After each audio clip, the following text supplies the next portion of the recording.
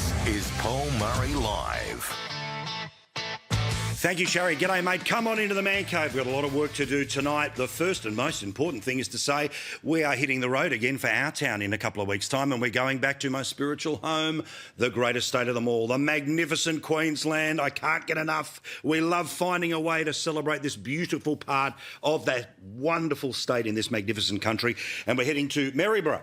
If you would like to join us on the 23rd of August in that beautiful part of Queensland, not too far from Harvey Bay, but if you know your way around, get there. Sunday, 23rd of August, let's fill the joint. We've got a nice, big, beautiful room.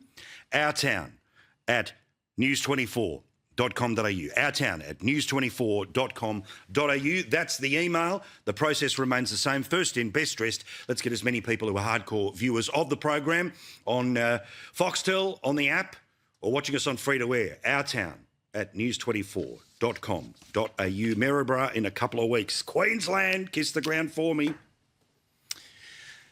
Now, reality is 28 million people go about a pretty peaceful life here in Australia. When we don't, it becomes major news.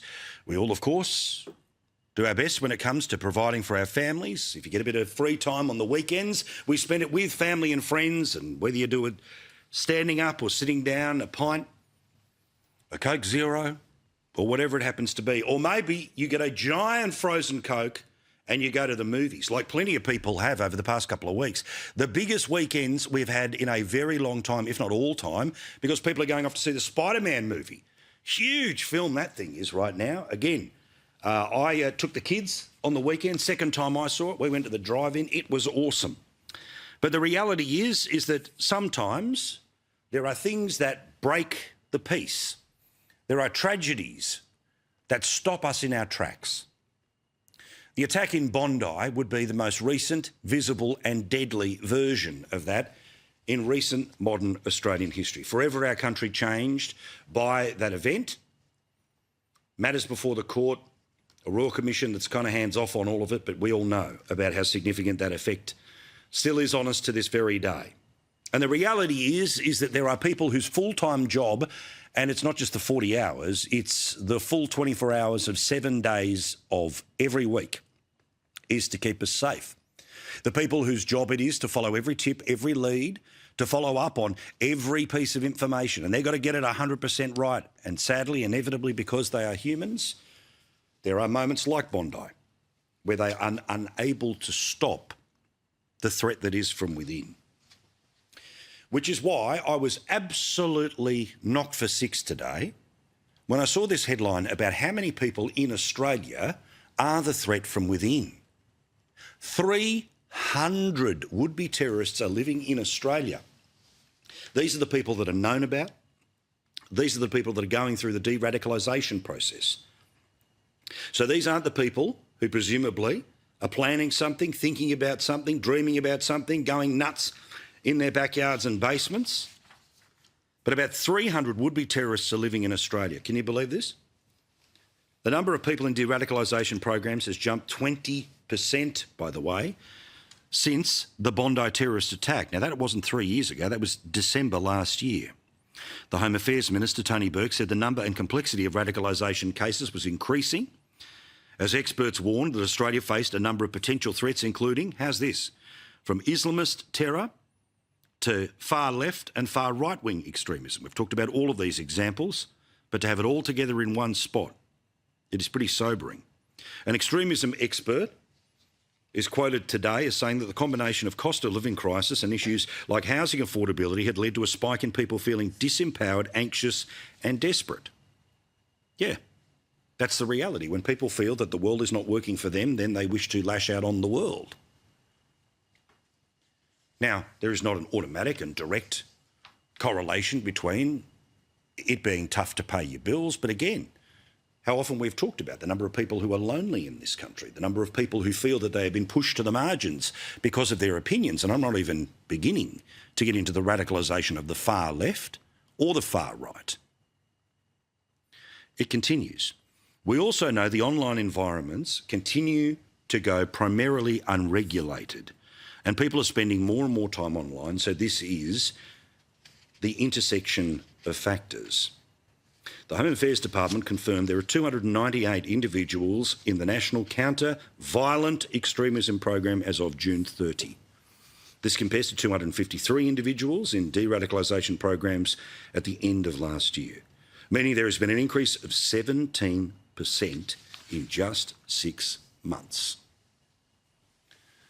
The pressure that is on those who need to keep us safe is endless. The ASIO boss, Mike Burgess, has told us multiple times that the threat comes from many different angles, but it always comes from the same place, and that is the madness of those who believe that violence is the only answer, that somehow there is a moral, religious or political justification for that violence. I start tonight's program not to freak you out, but to say thank you to the people whose full-time job, vocation and life is about keeping us safe. We can play our part too, because when we start to notice that member of the family starting to drift away, you start to notice that the conversation in the group chat is getting a little bit violent. You need to reach out to people. You need to start with that conversation of, are you okay? You need to try to remind as many people in our lives as possible that they are valued, that they are needed, because that might be just the spark that is needed to pull them back. To those who end up further out and further out and further out, then we need all of the resources that are technically, financially and politically possible to keep us safe. Because it should not be scenarios where innocent souls are killed on Bondi Beach for us to realise how big the problem is. Yes, go about your day as normal, but as always be vigilant, as always be aware, as always do your bit to keep an eye and to inform, not to tattletale, not to dob, but to inform yourself of the people that are around you, to try to save people before they cannot be saved. And for those that cannot be saved, may there be as much money, as much resources, as much attention as possible into the systems that hopefully are able to pull people back from the brink. And if you feel yourself not somebody who's headed towards any sort of radicalism, but starting to feel like the world is spinning a bit too fast, well, sometimes it is completely okay to digital detox, to stop doom scrolling, to step away and, as they say, feel the grass. Not because you're a potential terrorist, but because we all need to be reminded of the real world, not the one that sits inside our phone, because in many ways online is like a casino. No natural light, all dopamine, and all designed to hive you off from the 28 million people who live here and the 7 billion people who live around the world. Community is always important. It's why, above all else, I value the community that we have built, where hopefully you get as much out of it as I do to have this chat each and every night. It's why I will do it for as long as I have the capacity, even when sometimes I don't literally have the voice. And speaking of the situation involving Bondi, of course, the Anti-Semitism Royal Commission. Now, I'll be honest, what hope I had for all of this had been dashed pretty quickly. You remember that at the very start of this thing, I pointed out there were problems with the way this thing was being built. And then, of course, we all got hit between the eyes that the very commission that only happened because of what happened in Bondi couldn't actually talk about what's happening in Bondi, despite the fact that somebody had already been charged before the Royal Commission started, but this was the excuse why they're not really dealing with Bondi at the Royal Commission into anti-Semitism and social cohesion. An individual has been charged with a terrorism offence. The trial of that individual will be the occasion to lead evidence of the attack. This commission must do its work without risking any prejudice to that criminal proceeding. Leading evidence at this commission from people who may be witnesses in the criminal proceeding would create that risk, and for that reason it will not occur. Of course, that was clear, that was known from the day that it was announced, but we know the Prime Minister didn't want to announce the Royal Commission. We also know that a bloke was being paid $5,000 a day to dig into the problems inside the intelligence agencies That report itself, even though it was half done, was basically junked by the Royal Commission because it may well have exposed a few uncomfortable facts. The report essentially abandoned by the Royal Commission. The Royal Commission delivered an interim report before it had even taken evidence from a single human being in the Commission hearing. As I told you before, this was the fastest turnaround between the start of a Royal Commission and an interim report. The fastest turnaround.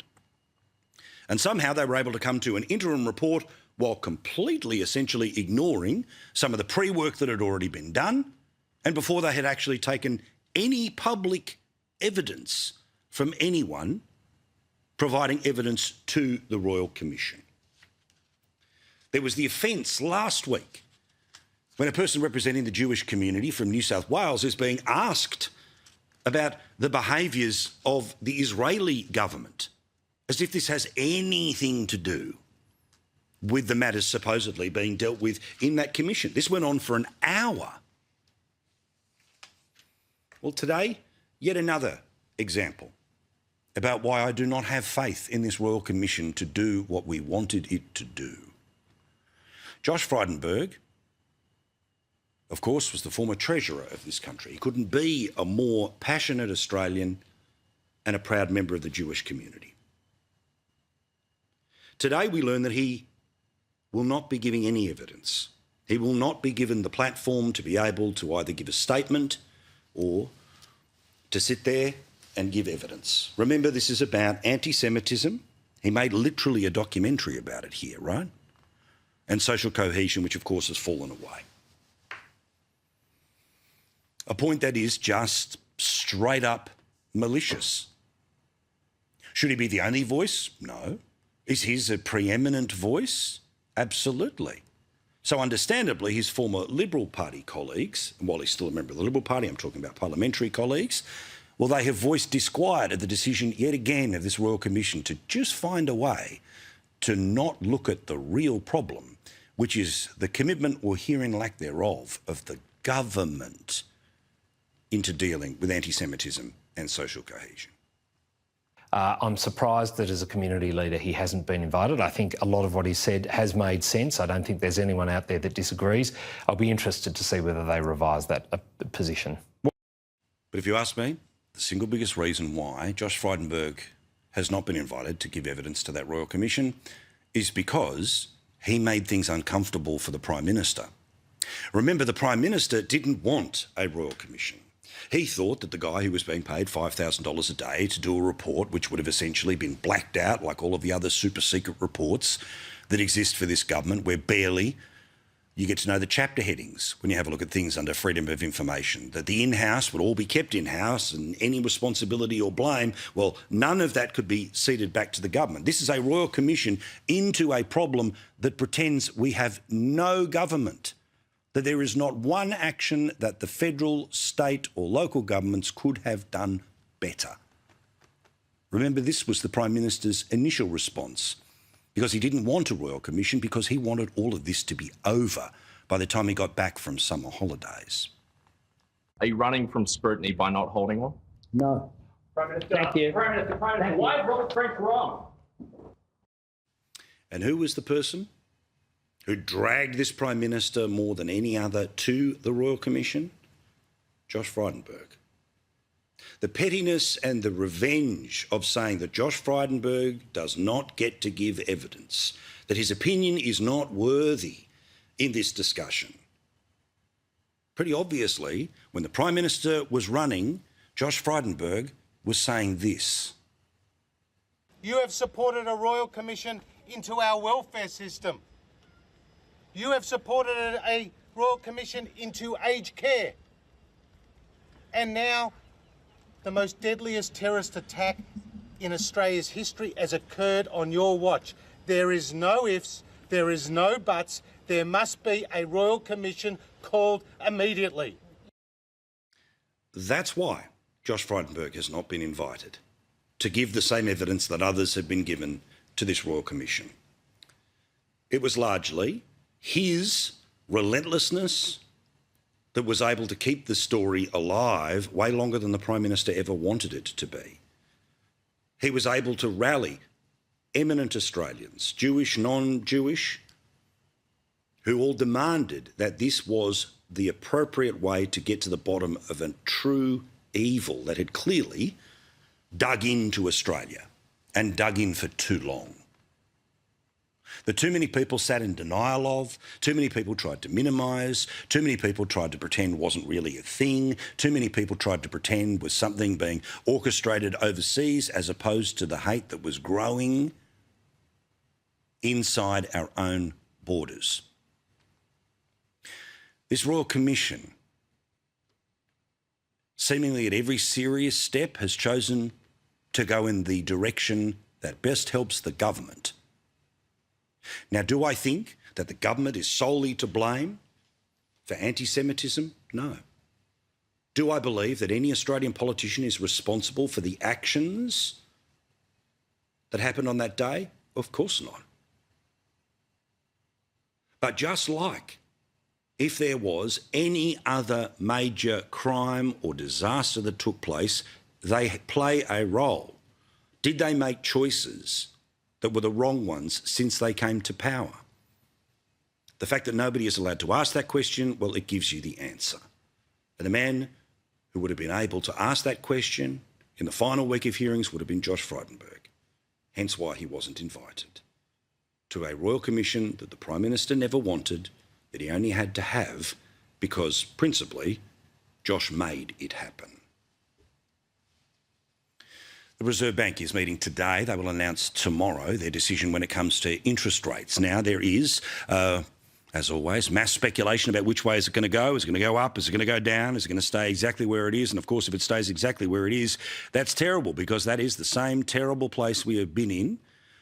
15 interest rate rises since 2022, all of them on this government's watch. Pretty wide expectation that we're going to see a hold this month based on the fact that inflation came in better than expected. So really what we're going to be watching is not so much what this decision is, but what the next and the subsequent ones coming. And that is the problem, is that even if they hold things steady where they are, it is at the highest level that it has been in a very long time, in fact, a generation's time. Tens of thousands of dollars people have to find that they didn't have to find before this government came to power to keep a roof over their head. The chief political problem for the government is that as long as interest rates remain this high, then they're going to be where they are in the polls. They got a brief reprieve, of course, just before the last federal election, but of course they bought that outcome. Remember the absolutely urgent cost of living help when it came to energy bills that disappeared when they didn't need to be re-elected? Just like the absolutely urgent help when it came to cost of living, when it came to cutting fuel excise, and then they got rid of that too. The fear is that even if everything is kept where it is, there's a chance that things are going to continue to go up because the case, according to the Financial Review, is as we look further down the track, it is more likely to go up than it is to go down. Now, regardless of its political consequences for the government, I, of course, want them to go down. Why? Because I'm paying off a house like a third of the rest of the country.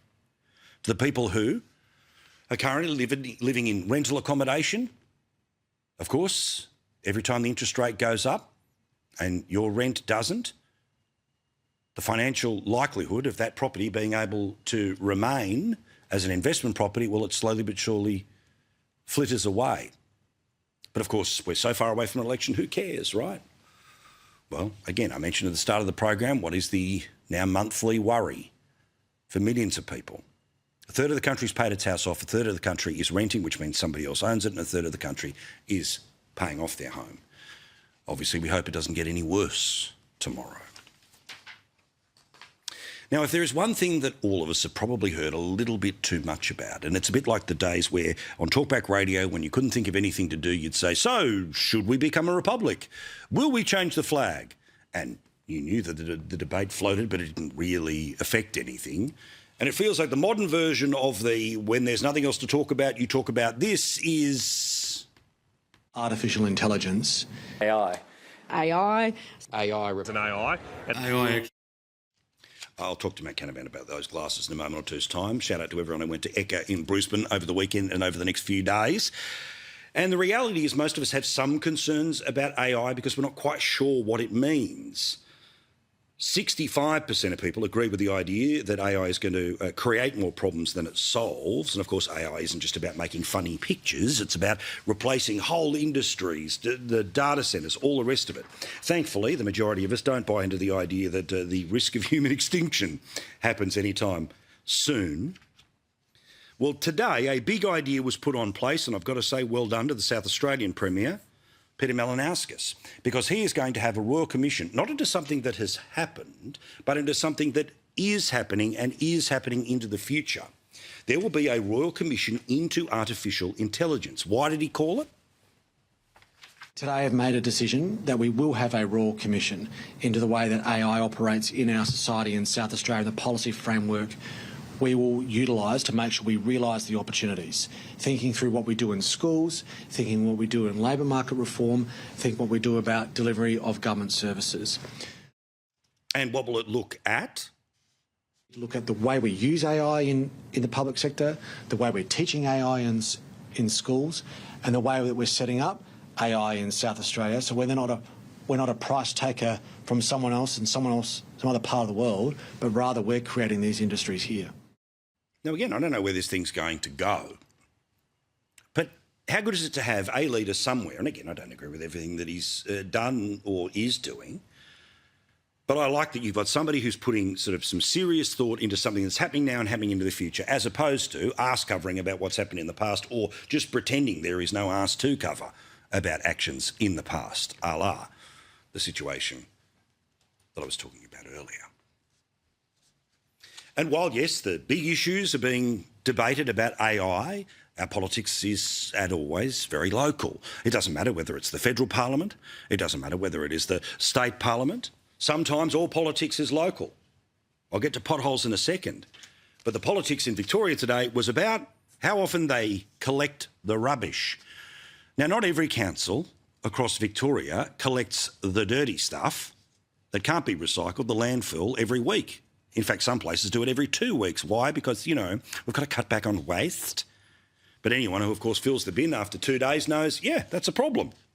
So today, Jess Wilson has come out and said that it's common sense change that makes life easier for households. Households should not have to wait a fortnight with their overflowing bin to be collected.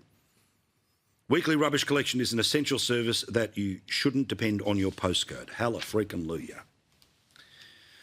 And while the new Premier is giving softball interviews to people in his office in Melbourne, oh, I'm not Jacinta Allen, I'm not Daniel Andrews. I don't have any real answers about the corruption report that I am studying, but I haven't actually reacted to. A problem that he's not able to spin his way out of is potholes. Where is the strategy here? Where is the urgency? Again, if you can't fix a pothole, if you can't collect the rubbish, I don't trust you to be able to fix the school system, the health system, let alone national defence, or even to discuss the future of AI. How's this? A couple of stories. This is one around today because it was a particularly wet day, and in the Princess Highway near Bunyip, mechanics came to the aid of dozens of drivers after a large jagged pothole caused carnage on the Princess Highway near Bunyip during the peak hour on Monday morning. More than 30 cars were taken out by a crater in the road just before Hope Street along the major thoroughfare, about an hour from Melbourne, bringing traffic to a crawl. Here's some of the pictures. Absolute mess. Oh, trust me, I'm not Jacinta Allen. Trust me, I'm not Daniel Andrews. Well, pal, you were around the cabinet table when both of them couldn't give a flying about the roads, let alone the ones that are further away from Melbourne. Meantime, another thing that I want to mention here with Ben Carroll is the working from home situation. Now, the Parliament in Victoria is currently having a look at, and most likely will pass, new laws that will guarantee the right for people to be able to work at home. Why? Because, of course, they want to win an election. Why? Because most people don't like their jobs. Why? Because, of course, going to the office, it's too inconvenient if you dislike one of those jobs. Well, unbelievably, one of the groups of people who will apparently now be allowed to, under these laws, not have to go into work are people who work for the court system.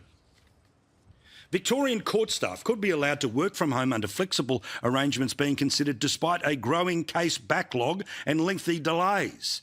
Latest official data shows thousands of cases being added to a worsening backlog, 7,000 criminal cases added to the network in the past 12 months. The Herald Sun can now reveal that a working group has been established inside the Magistrates Court of Victoria, the state's busiest court network, to consider how changes to staff arrangements ahead of the Carroll government's new working from home laws, which are scheduled to come into force next month. You work for the court, you have to go to the freaking court. An all-staff forum was told last week that options to allow staff to work from home is currently being explored. A new IT system will be put in place. Fair dinkum. And finally, you may have seen this story, but it ends with a twist. We were learning over the weekend that there was a major police search which was taking place around Goulburn in southern New South Wales. Why? Because of a rather grisly discovery. We are relying a lot on forensic evidence. Unfortunately, the female remains have been subject to a state of decomposition. Yes, there was a bag, but it wasn't a body. It wasn't human, it wasn't animal. Instead, it was... Doll has been mistaken for human remains after it was found in an abandoned suitcase near Bushland in the Southern Highlands of New South Wales. A murder investigation has been called off in the state's southern tablelands after a shock twist in the case. Forensic testing revealed what was thought to be a body stuffed in a suitcase was actually a lifelike doll. That call came 20 hours after police began investigating. New South Wales police have been left red-faced after what they thought was a woman's body found in a suitcase turned out to be a life-size doll. Investigators made the discovery south of Goulburn around midday yesterday, but this morning confirmed it was a false alarm. What did the police say when it was not human? We can confirm that the remains found at O'Allen Ford Road, O'Allen yesterday, are now identified as not being human. Really? I know that you checked for a pulse, but surely,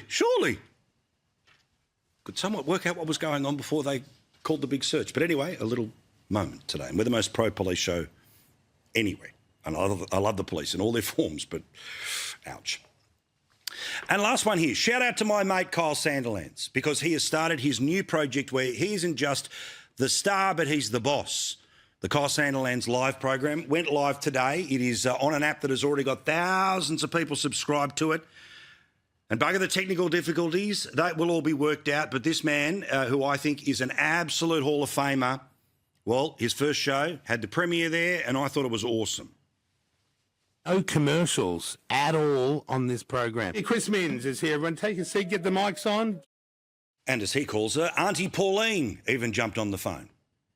Spend time more than 10 seconds with Pauline is how much common sense, how much she cares about the Australian culture, the Australian community. I took on being a member of Parliament for the people here, not the people overseas in some other countries. I love it. I love it. And he is doing what we have done through the whole time we've been here, which is asking people to put their money where their mouth is and to support him so he can continue to do what he does best, which is just entertain. You can go searching for it, which is Kyle Sandilands Live. Go and get a membership, get one for your mates, and maybe give one to someone for Father's Day. Oh, and by the way, go to news24.com.au and also get a $5 membership so you can spread the word about what we do each and every night. Best way to annoy a lefty, with both humour and news. More in a sec here on Paul Murray Live.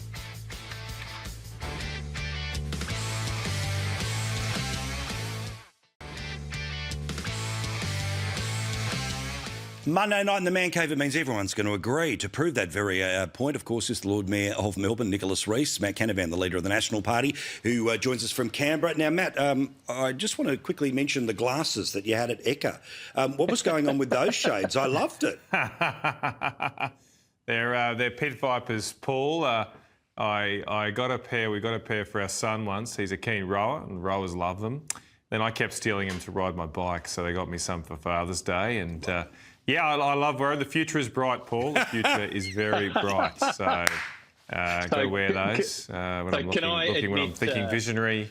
I love it. The future so bright, you need to wear shades. Nick, sorry, have you got a pair as well? Am I the one missing out here? Well, you might be actually, Paul. I've got a pair of those, and I wear them when I go running around Melbourne's parks on the weekends. They do seem to have a bit of an effect on people.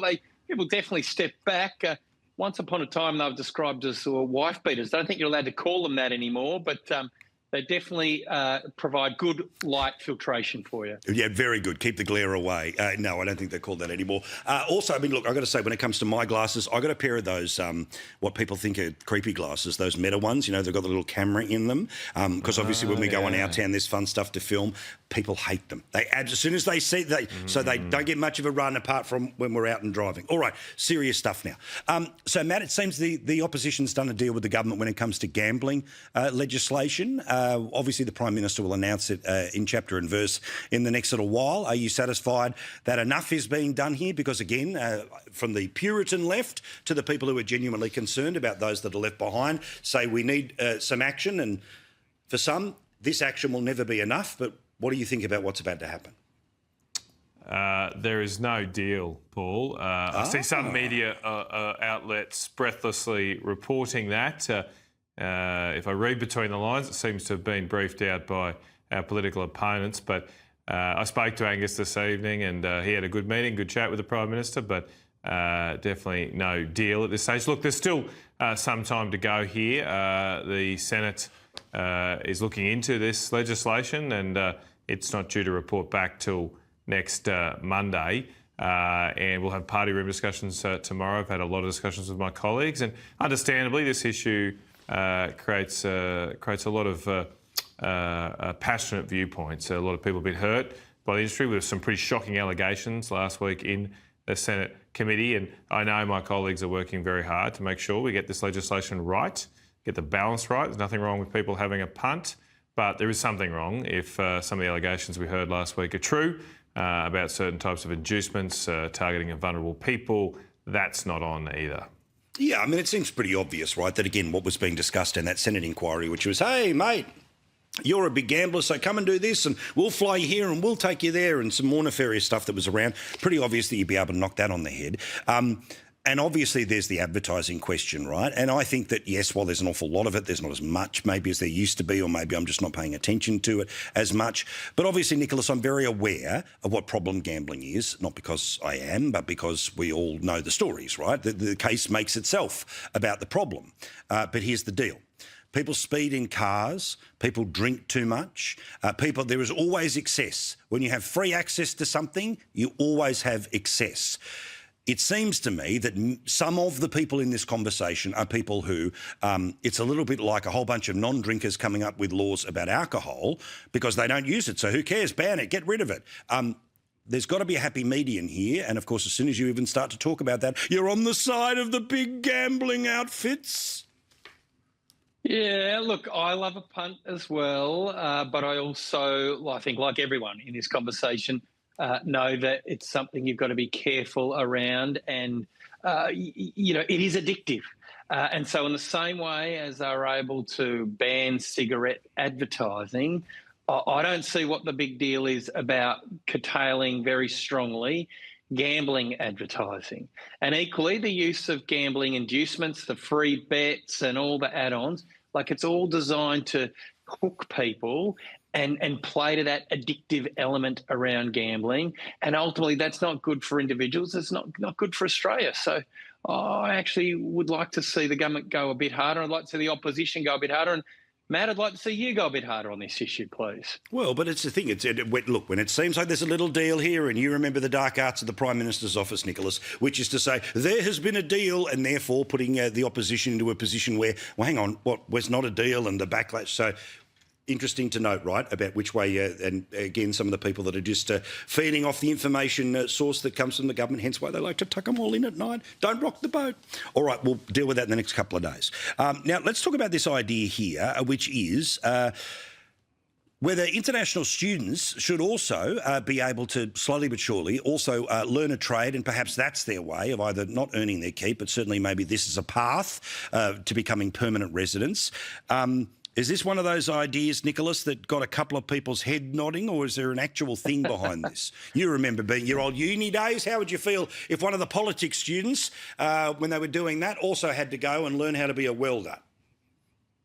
Well, I'm not sure that's exactly what's being proposed. It's more about people coming in as students and then maybe being a student studying a trade as part of being a student here. I mean, look, as long as you've got the right guardrails in place here, I can see some benefits. I mean, it certainly can't be used to try and undermine wages for Australian workers. But it's also the case, we had an 8% drop in people studying trades in Australia last year, even higher for some particular trades like carpenters, chippies. So we do need to keep people coming into trades, so we keep building things in this country. I think we all agree we need to build more. So if we can help with that, I think it's good, as long as there's the right guardrails in there and Aussie workers don't have their rights and entitlements undermined. Yeah, look, Matt, here's the deal, and this is the one that's going to get a couple of people teeth chattering, or whatever the heck I'm trying to say here. We have sent too many people to university for too long.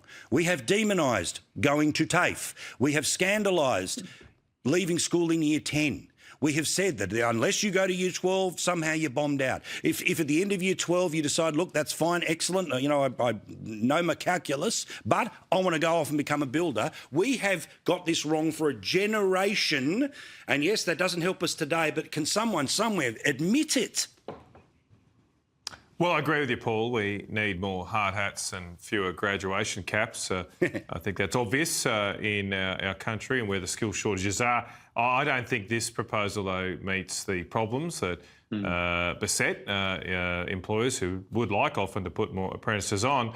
The problem is that the apprentices have become very, very costly to train, that there's obviously no guarantees for employers who do train apprentices that they would keep them, and with a very competitive labour market, and so people don't invest in them, understandably.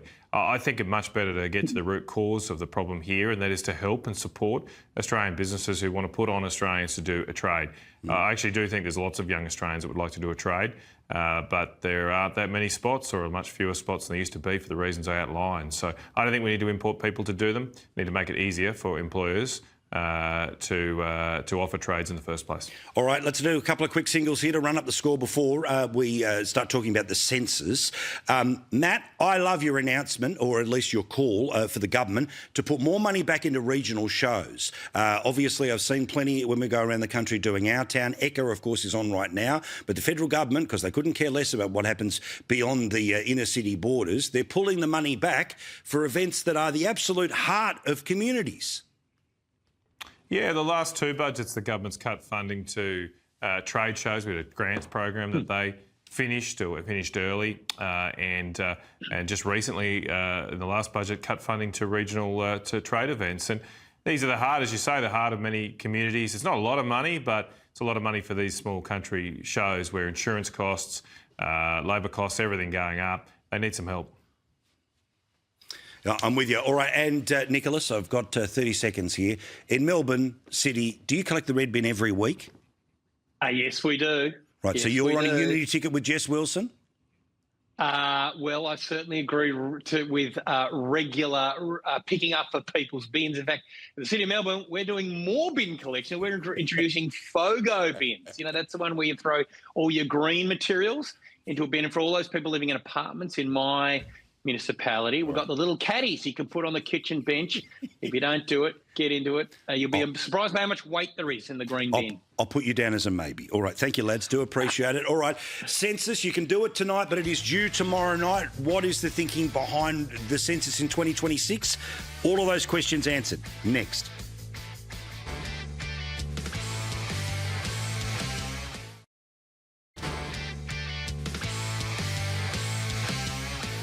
Thank you so much for watching. Census night is tomorrow night, but it could be tonight. In fact, you can fill out at any time between now and the end of tomorrow night, so why not do it now? Lots of people have lots of questions about all of it. The most important one is, yes, it's compulsory. Yes, you have to tell the truth. And yes, you have to do all of the boxes. Professor Andrew Taylor is a professor of demography at Charles Darwin University in the beautiful area of the Northern Territory. How are you, Professor?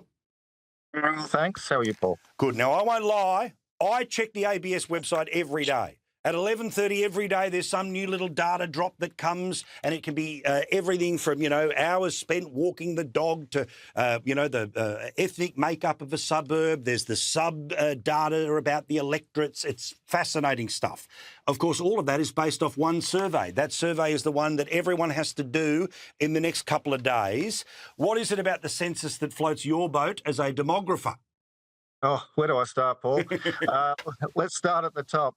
It really is the largest national scale collection that the ABS undertakes, or anybody else for that matter, that represents all of our communities in a consistent way, because we have these consistent questions that are asked, in every place in Australia, so that we can compare and contrast and understand patterns within our country, within our communities, and within our suburbs. Also, the fact that this is done in a regular time interval means that the period of time is measurable, 5 years to 5 years to 5 years to 5 years, and it goes a very long way back. Now, can I just ask you a couple of questions that I know you're going to know instantly, but people have asked me over the past couple of days, all right? Which is, why do you have to answer every question when it comes to the census? Okay, so this is so that we have as much information as possible available to us. There are, you might have me here, Paul, but there are one or two that you don't have to answer. And you've got me on the hop about which one, but there's one or two that you don't. I think it's the income one. Yep. But others will be able to check on that. So, and inevitably, there are people who will say, well, hang on, why do I get asked about my religion or lack of? Why do I get asked about gender and all of the increasing versions of that question that have come about? Again, put simply, for some people, they say this is very private things. Why do they have to share them, or why is it important that we know the answer to those questions?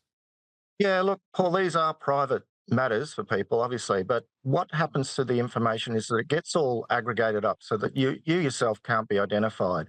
And what it does by everybody answering every question is it provides that rich level of detail, and it enables certain communities in our populations to be actually visible and to be seen. So, for example, from the census, we know the rate of homelessness in particular areas in Australia, and we can devise services and policies around that.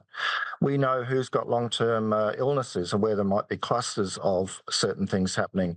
And you mentioned the religion question. Well, that's an interesting one in itself with our diversity of origin becoming increasingly diverse, and also of religious faith too. Something that, again, is really important for people to understand here, right? I'm not saying that in a patronising way. I'm saying it in a, why does this matter? Why does all of this detail matter? Because you want, if there is a particular cluster of people of a certain age, that the facilities in your suburb match the people of that particular age. So say in the past 5 years, if there's been a giant baby boom, well, guess what? You need childcare centres. You want primary schools. If there's a whole bunch of people that have now started to move into a period of time where they need more care, well, more aged care needs to be made available. If there has been an explosion of housing that's happened, well, yeah, a hospital has to be built there. These are the basics where, in the same way when we vote, while our individual choice does not determine the collective group of where we end up, that's why we need to know. I'm not sure I could have put it better, Paul. So you're right. Census data forms the basis for trillions of dollars of investment decisions by the private sector, by government, and by community organisations around all of those things that you've mentioned, and of course many more. And so we want investments to be made in the right place. We want services to be in the right place. We want infrastructure to be in the right place. And so, yeah, exactly. Census data is used not only in understanding where those needs are, but projecting forward as well to think about where we should invest for the future. Yeah, occasionally there are questions that even when we were filling it out over the weekend, you start to go, oh, like you don't really, you have to stop and think about it. Like when you have a look at that question about if there are dependent kids in the house, how much time is spent caring for them, or how much time is done with chores. And I know that there's again a way to slice this data to work out whether it is men or women that are doing more or less indoors, outdoors, all the rest of it here. But in terms of that national picture, it makes perfect sense to me why all of that infrastructure is there. But what exactly would be the benefit of trying to work out whether I do more housework or my wife does more housework? Yeah, I guess the census reflects, as well as who we are now, it reflects who were in the past and who we are now. So in that respect, the questions in the census have evolved and changed in line with sort of societal norms and needs. And so the question about, the relative balance of care in the home and housework and so on has come from a desire within the community, keeping in mind the census questions, every time you change one or add one, it costs millions of dollars. So they're not just put there flippantly, they're there because society has kind of requested it to be there. And that's the nature of those questions around care in the home for children and around jobs around the home. All right. Yeah. Now, of course, in the olden days, it always was done on paper. That still is a chance for some. Most will do it online. Can't believe it's 10 years since the big bugger up when they did it the first time online, but that system is all pretty much in place. Now, given how incredible computing is now, the deep thinking and all the rest of it, how long before we're able to get a picture of 28 million versions of Australia? Yeah, the first lot of data will be released in June next year. And that is record processing time. And as you mentioned, the online completions help in the processing because the answers are already in data format, essentially. And the other thing about the online way of doing it is it sort of prompts you to what questions you need to ask and make sure that you've filled them out fully. So it helps you in that respect. And I think about 85% of Australians this time around will complete the census form online. So big response online this time around. Well, happy Census Eve. May all be quiet in your house and may tomorrow be an exciting day as you hear the keystrokes of a country as we all tell everyone what's going on in our world. What a job you've got. I look forward to talking to you when we get more info or plenty of other topics between now and then. Thank you, Professor. Thank you. Good stuff. Fascinating stuff. Okay, do the census. You can do it literally now. Do it tonight. You absolutely have to have it done before you go to bed. Tomorrow night or fines start to kick in place. More details on the ABS's website and a telephone number, which is now at the bottom of the screen. More in a moment here on Paul Murray Live.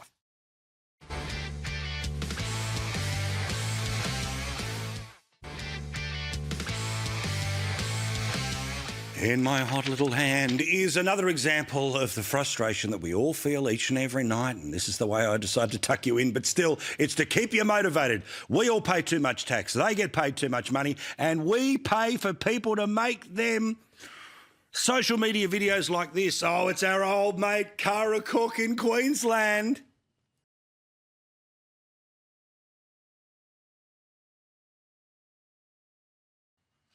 Wow. Again, imagine you sitting around the office. Oh, what can we do today? You know, the most interesting thing about Canberra, you. It's so baby, this stuff. Larissa Waters, speaking of, the Greens leader.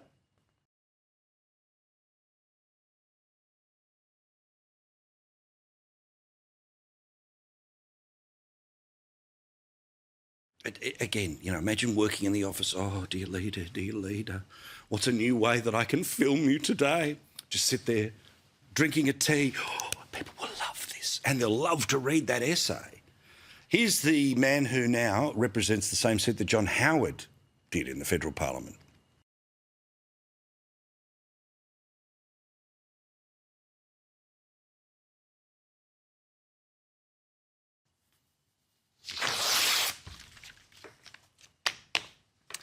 We're going to be in Maryborough in Queensland in a couple of weeks' time. That is where we're going to be for our town. If you would like to join us, you know what to do. You send us an email. You do it right now. It's Sunday the 23rd of August. I love Queensland. I love regional Queensland. We will be celebrating it like none others. Be there in the audience. You simply send an email right now, ourtown@news24.com.au, ourtown@news24.com.au. By the way, when you're at that website of news24.com.au, get all the highlights of this program and lots of others and do the most annoying thing to a lefty, share the content. Here's Late Debate.